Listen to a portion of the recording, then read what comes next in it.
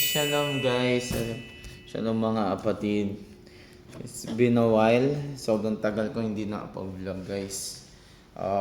Medyo naging busy talaga this month. Sobrang daming gawain. Sobrang daming bato. Maganap sa church. Sa labas din ng church. Pinagagawa namin lately. Pinagagawa ko lately. Hindi sa walang time mag-vlog, pero wala akong time mag-edit. Yun yung pina-exact. So parang mag-vlog ako, then edit ko. Tapos ma-delay siya. So parang mapupush siya or maurong yung date ng pag-download ko na iipon lang sila yung mga content ko. Kaya parang pinag-desisyon ko muna wag muna mag-vlog mga 2 weeks ata, 3 weeks, ganyan. And din kasi, as much as possible, iniiwasan ko rin yung paggamit ko ng phone ko. Kasi lately, napapansin ko. So, na-addict talaga ako sa phone ko. Wala na akong mga games dito sa phone ko. As much as possible, yung ML. Natin mga gamers dyan. Tinanggal ko na yung mga laro ko, yung ML ko dyan sa phone ko. Sobrang consume ng oras, lalo na pag sobrang busy or sobrang dami mong gagawin. Hindi mo na mapapansin. And yun nga, iwas din radiation kasi naalabo ng mata. So yun, hope you guys na maganda yung month nyo. February nga pala guys, happy Hearts Month. Hearts Month, Hearts Day. Nagpapasan, isa lang din yan. Kaya nasa inyo bala kung may kanya-kanya tayo tawag yan eh. Yung iba mas preferred Valentine's Day. Kami mas madalas or mas gusto namin tawagin yun na Hearts Month. Yan. Pero alam naman natin para saan yun. Buwan or araw ng pag-ibig daw. Pero higit sa lahat, kaya natin sino yung Diyos ng pag-ibig, diba? Si Jesus. God's love us. Parang itong video na to is for catching up lang sa mga nangyari. Parang kukwento ko lang din sa inyo. So, nung mga nakarang araw, last na vlog ko ata is around first week pa ng February. Tapos ngayon is last week na ng February. So, ilang days din talagang nawala. Then, sobrang successful. To be honest, sobrang ganda ng naging mga gawain ng church natin sa panahon na to. Doon muna sa kalalakihan, sobrang praise God kasi ang daming dumalo. Mayroon silang ginawang gawain na about sa pagkakape. Kape something yun eh.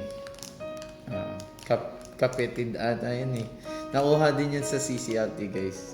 Madami nag-inspire dyan. So, sobrang shoutout. So, malaking shoutout doon sa nakaisip nung nung gawain na yon na about sa pagkakape. Kapetid. Angas. So, sobrang laking nakatulong yon sa ibang churches din na gamit din yun. And dito, sa amin nagamit yun para sa mga kalalakihan, mga tatay, kasi syempre, madalas yan yung mga nagka-api talaga yan. Tapos ang balita ko kay Pastor Tim, kasi siya yung nag-lead sa kalalakihan. Daw sila yung tamang kape, tamang kwentuhan, ganyan. Yung catching up lang yun, parang mga nostalgia ba yun? Yung parang nag-aalala ng mga past na nakaraan. Mga ganun. Which is maganda din siya. Bilang parang kalalakihan, may kanya-kanyang edad yan, may kanya-kanyang knowledge sa buhay. Nagka-sharean sila ng knowledge. At the same time, merong guidance ni Lord.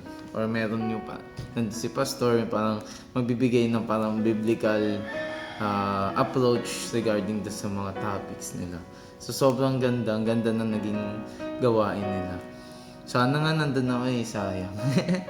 Di pa naman ako tatay, pero mas gusto kong kasama yung mas matatanda sa akin kasi mas madami akong natututunan. Hindi naman sa wala akong natututunan sa mas bata sa akin. Pero iba yung yung nadadala ng mga mas matatanda sa iyo. Kaya tayo mga mas bata, dapat marunong tayong mainig sa matatanda. Lalo na pag may tinuturo sila sa atin. Ng mga, kasi naranasan nila yun eh.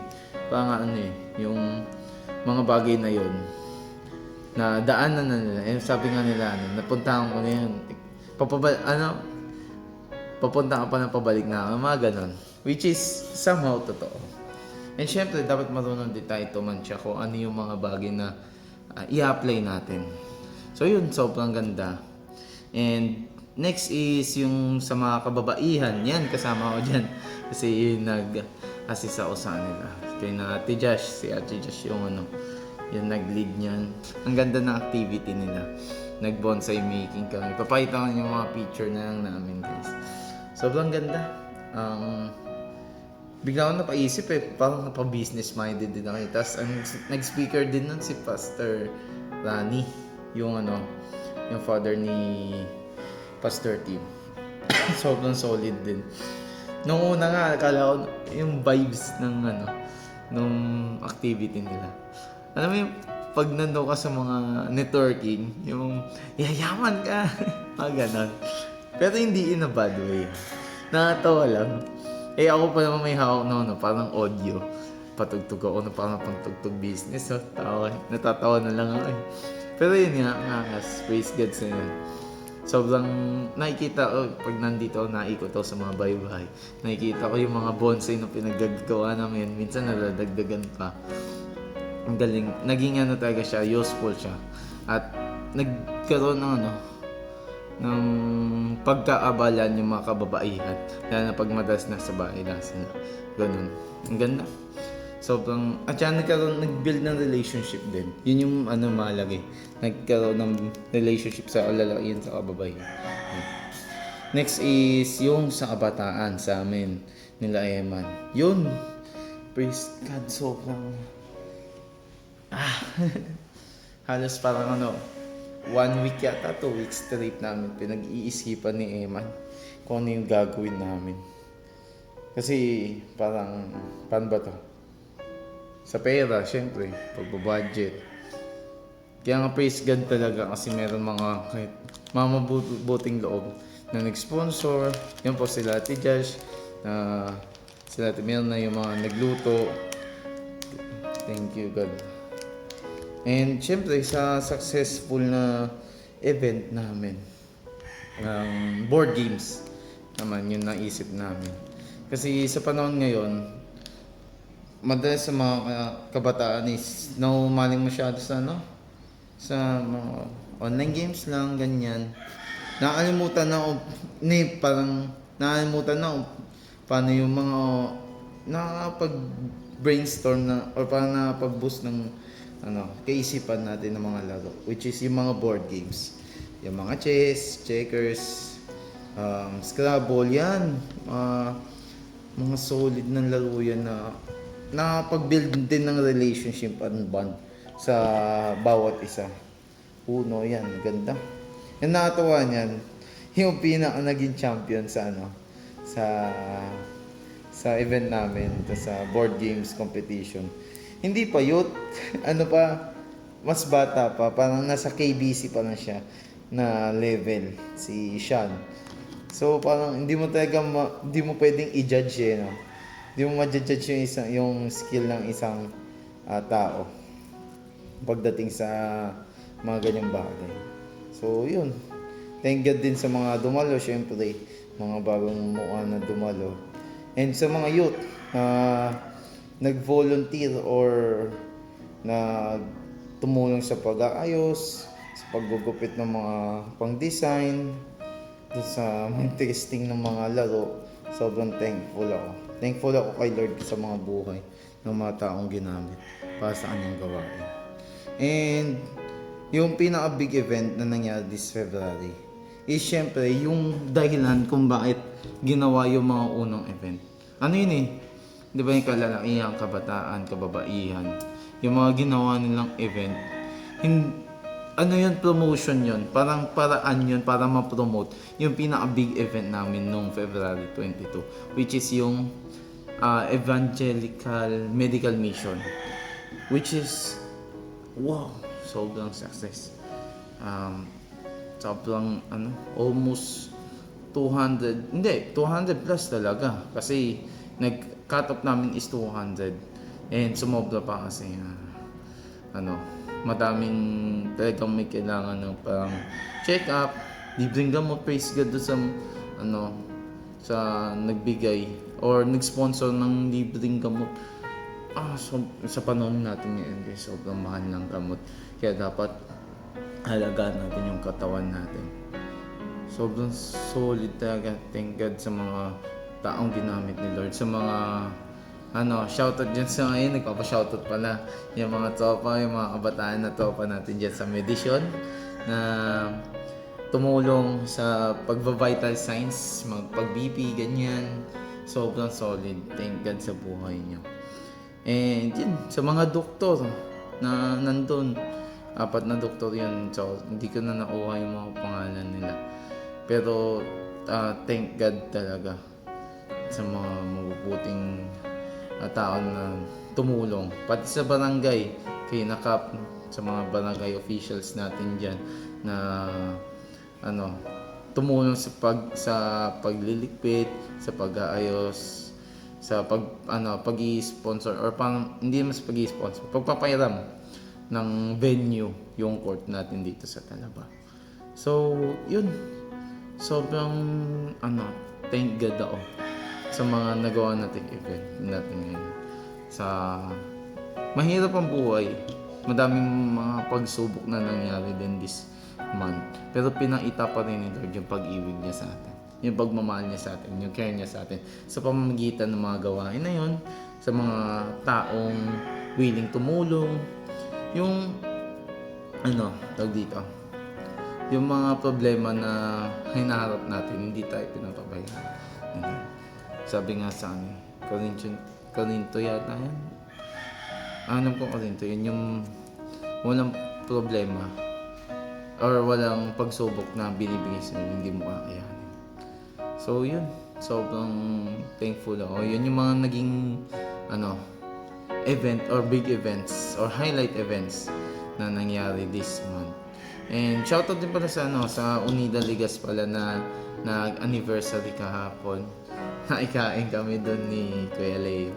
Sobrang solid. And thank God din kasi grabe, nag-i-improve at nadadagdagan na parang mga ibang ministry pa or mga activities dito sa church. Yung nagkaroon kasi kami na parang basketball sa mga kabataan, sa mga lalaki kabataan. Nagsiset ng mga basketball, ganyan. So, thank God doon. Slowly but surely tayo. Kasi tayo mga Kristiyano dapat relational and intentional tayo sa mga ginagawa natin. Alam natin dapat yung motive natin, bakit natin sinayaya, hindi lang basta laro, ganyan. And syempre, yung relationship, yung building a relationship with them. Hindi lang basta parang pagkatapos ng laro na to, okay na, tuyo ko na lang ulit pag nadaanan. Hindi ganon. Tayo, making friends, making connections with them. And paunti-unti, na-invite natin dito sa church or sa mga gawain natin. Ganon tayo. And thank God din sa buhay ni Kuya Leo na nag-volunteer or tumutulong sa amin mga kabataan na willing na matuto ng instruments. Kasi dito sa amin, medyo konti lang yung parang nasa praise and worship. Parang sila lang din yung nag-iikutan. So, as much as possible, mas maganda lahat ng mga kabataan, especially yung mga kabataan, is matuto ng instruments. Kasi magandang skills din yun. And maganda yun kasi magagamit mo sa pagpe-praise kay Lord. So, yun. Hopefully, ma-develop yung mga skills namin sa instruments.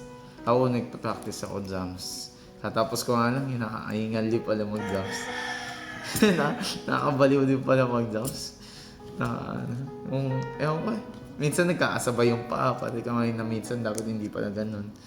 Ganun, kala natin simple. May mga bagay na inakala natin dati na simple lang or basic lang. Pero pag nandun ka sa mismong sitwasyon na yon, ang hirap pala. Kaya hindi mo pwedeng i-judge yung mga tao, mga bagay na nandun sa sitwasyon nila. Kasi pag nilagay mo yung sarili mo doon sa sitwasyon nila, mahirap din pala. So yun, praise God. Thank God sa mga nangyari this month. And yun lang, catching up lang tayo talaga sa mga nangyari. And hindi ako magpapromise, ayoko magbigay ng basta promise na ano. Pero as much as possible, kung meron akong, kung kaya akong makapag-vlog, mag-vlog ako. Kasi, yun nga, magandang ma-continue or gusto kong paita sa inyo yung mga nangyayari sa buhay-buhay ng isang Kristiyano, kabataang Kristiyano. Hindi naman to about sa akin talaga, yung vlog na to. About yung mga ginagawa ko. About to sa parang yung nangyayari, real life. Sa ano, hindi lang para sa akin, sa buhay ko, kundi para sa ibang tao rin. Siyempre, para kay Lord. Kung gusto ko paita sa inyo kung paano kumikilos si Lord sa mga buhay natin, mga tao. Kristiyano man o hindi. So yun nga, praise God. Salamat sa support, sa mga patuloy na sumusuporta sa akin. Kahit ang haba ng mga videos ko minsan, nakaantok. And yan, praise God sa mga buhay. Higit sa mga buhay ng mga taong ginagamit ni Lord sa mga gawain na ganito. And hopefully, dumami pa tayo. And yun nga, madaming makakilala kay Lord, kay Jesus as Lord and Savior. Kasi siya lang ang daan papunta lang, guys. Siya lang yung tunay na daan. Siya yung nalimutan ko yung verse I am the way, the truth, and the life. Yun yung sabi niya. Which is, biblically speaking, is His totoo. And we need Him. We need to rely on Him. Believe in Him. Siyempre, kasi higit sa lahat, mahal niya tayo. So kaya, minamahal ka. Na? Love back mo rin. Di. Kasi mahalan niya tayo bago pa natin siya mahalin eh. So yun guys, yun na muna para sa vlog na to. Stay safe, God bless. I love you guys and tandaan nyo, mahal kayo ng Diyos. Amen.